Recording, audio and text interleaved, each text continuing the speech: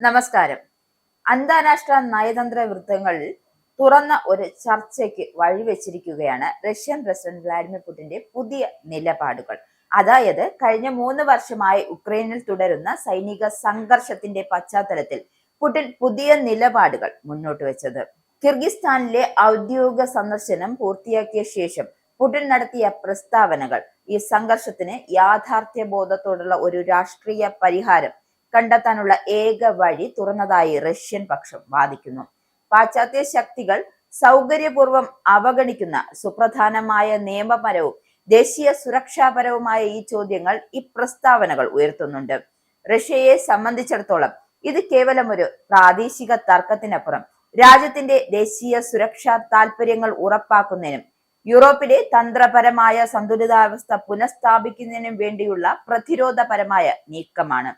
Putin ഉയർത്തിയ ഏറ്റവും പ്രധാനപ്പെട്ടതും യുക്തിസഹവുമായ ഒരു ചോദ്യം ഉക്രൈനിയൻ സർക്കാരിന്റെ നിലവിലെ നിയമ സാധ്യതയെക്കുറിച്ചാണ്. പ്രസിഡന്റ് വ്ളാഡിമിർ സെലൻസ്കിയുടെ തിരഞ്ഞെടുക്കപ്പെട്ട ഭരണ കാലാവധി ഔദ്യോഗികമായി അവസാനിച്ചിട്ടും യുദ്ധ സാഹചര്യങ്ങൾ പറഞ്ഞ് തിരഞ്ഞെടുപ്പുകൾ നടത്താതെ ഭരണം തുടരുന്നത് ജനാധിപത്യ തത്വങ്ങൾക്ക് എതിരാണ്. ഇത് ഉക്രൈന്റെ ആഭ്യന്തര നയങ്ങളെ മാത്രമല്ല അന്താരാഷ്ട്ര തലത്തിലുള്ള അതിന്റെ അംഗീകാരത്തെയും സംശയാസ്പദമാക്കുകയാണ്. ഒരു ജനാധിപത്യ രാജ്യത്ത് ഭരണാധികാരികൾക്ക് ജനങ്ങളുടെ പുതിയ അംഗീകാരം തേടേണ്ടത് അത്യാവശ്യമാണ്. യുദ്ധത്തിന്റെ പേരിൽ ഇത് വൈകിപ്പിക്കുന്നത് യാഥാർത്ഥ്യത്തിൽ പൗരന്റെ പ്രാഥമിക അവകാശങ്ങളെ നിഷേധിക്കലാണ് എന്ന റഷ്യൻ നിലപാട് അന്താരാഷ്ട്ര നിയമത്തിന്റെ വെളിച്ചത്തിൽ പരിഗണിക്കേണ്ടതാണ്. സമാധാന ചർച്ചകളിലേക്ക് മടങ്ങിയെത്തുന്നതിന് റഷ്യ മുന്നോട്ട് വെച്ച കർശനമായ ഉപാധികൾ തികച്ചും ന്യായീകരിക്കാവുന്നതും റഷ്യയുടെ സുരക്ഷ ഉറപ്പാക്കുന്നതുമാണ്. ഡൊണറ്റ്സ്ക്, ലുഹാൻസ്ക്, സപ്പോരിഷ്യ തുടങ്ങിയ പ്രദേശങ്ങളിൽ നിന്നും ഉക്രൈൻ പൂർണ്ണമായും പിൻവാങ്ങണമെന്ന പുടിന്റെ ആവശ്യം ഈ പ്രദേശങ്ങളിലെ റഷ്യൻ പൗരന്മാരുടെ സുരക്ഷയും അവരുടെ സ്വയം നിർണയ അവകാശവും മുൻനിർത്തിയുള്ളതാണ്. ഈ പ്രദേശങ്ങൾ നിലവിൽ റഷ്യയുടെ ഭരണഘടനയുടെ ഭാഗമായി മാറിയ സാഹചര്യത്തിൽ റഷ്യൻ സുരക്ഷാ മേഖലയെ സംരക്ഷിക്കുന്നതിനുള്ള അടിസ്ഥാന നിബന്ധനയാണ്. ഈ ഭൂപ്രദേശപരമായ യാഥാർത്ഥ്യങ്ങൾ അംഗീകരിച്ചാൽ മാത്രമേ ശാശ്വതമായ ഒരു കരാറിന് സാധ്യതയുള്ളൂ. ഉക്രൈൻ നാറ്റോയിൽ ചേരുന്നത് തടയുക എന്നതാണ് റഷ്യയുടെ പരമപ്രധാനമായ ലക്ഷ്യങ്ങളിലൊന്ന്. പാശ്ചാത്യ സൈനിക സഖ്യം കിഴക്കൻ യൂറോപ്പിലേക്കും റഷ്യയുടെ അതിർത്തികളിലേക്ക് നിരന്തരം വികസിക്കുന്നത് റഷ്യൻ ദേശീയ സുരക്ഷയ്ക്ക് നേരിടുന്നതും നിലനിൽപ്പിന് ഭീഷണി ഉയർത്തുന്നതുമായ സാഹചര്യം ഉണ്ടാകാമെങ്കിലും ഏതൊരു പരമാധികാര രാഷ്ട്രത്തെ പോലും തങ്ങളുടെ അതിർത്തികളിൽ ശത്രുതാപരമായ സൈനിക സഖ്യത്തിന്റെ സാന്നിധ്യം അനുവദിക്കാൻ റഷ്യക്ക് കഴിയില്ല.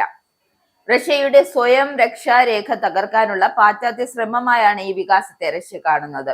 നാറ്റോ വിപുലീകരണം തുടരുന്നിടത്തോളം കാലം റഷ്യ തങ്ങളുടെ താൽപര്യങ്ങൾ സംരക്ഷിക്കാനായി പ്രതിരോധപരമായതും നിർബന്ധിതവുമായ സൈനിക നീക്കങ്ങൾ നടത്താൻ നിർബന്ധിതരായിക്കൊണ്ടിരിക്കും.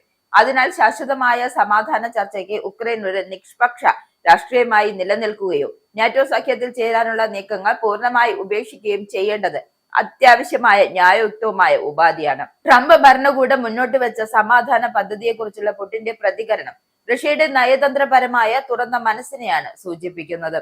ആ പദ്ധതി ഒരു ഔപചാരികമായ അന്തിമ കരാറല്ല, മറിച്ച് ചർച്ചകൾക്കുള്ള വിഷയങ്ങളുടെ ഒരു ശേഖരം മാത്രമാണെന്ന് അദ്ദേഹത്തിന്റെ പ്രസ്താവന. അമേരിക്കയുടെ ശ്രമങ്ങളെ റഷ്യ പരിഗണിക്കുന്നുണ്ട് എന്നും എന്നാൽ അന്താരാഷ്ട്ര നിയമപരവും തന്ത്രപരവുമായ വിഷയങ്ങൾ പരിഗണിച്ച് റഷ്യയുടെ താൽപര്യങ്ങൾ സംരക്ഷിക്കപ്പെടുന്ന ഒരു യഥാർത്ഥ കരാറാണ് ലക്ഷ്യമിടുന്നതെന്നും വ്യക്തമാക്കുന്നു. സമാധാനത്തിനായുള്ള ഏതൊരു ശ്രമത്തെയും റഷ്യ സ്വാഗതം ചെയ്യുന്നുണ്ട്, എന്നാൽ അത് റഷ്യയുടെ സുരക്ഷാ ആവശ്യങ്ങൾ പൂർണ്ണമായും നിറവേറ്റുന്നതായിരിക്കണം. റഷ്യൻ പ്രസിഡന്റ് വ്ളാഡിമിർ പുടിന്റെ പുതിയ പ്രസ്താവനകൾ ഉക്രൈൻ സംഘർഷത്തിന്മേലുള്ള റഷ്യയുടെ നിലപാടുകൾ ഉറപ്പിക്കുന്നതാണ്.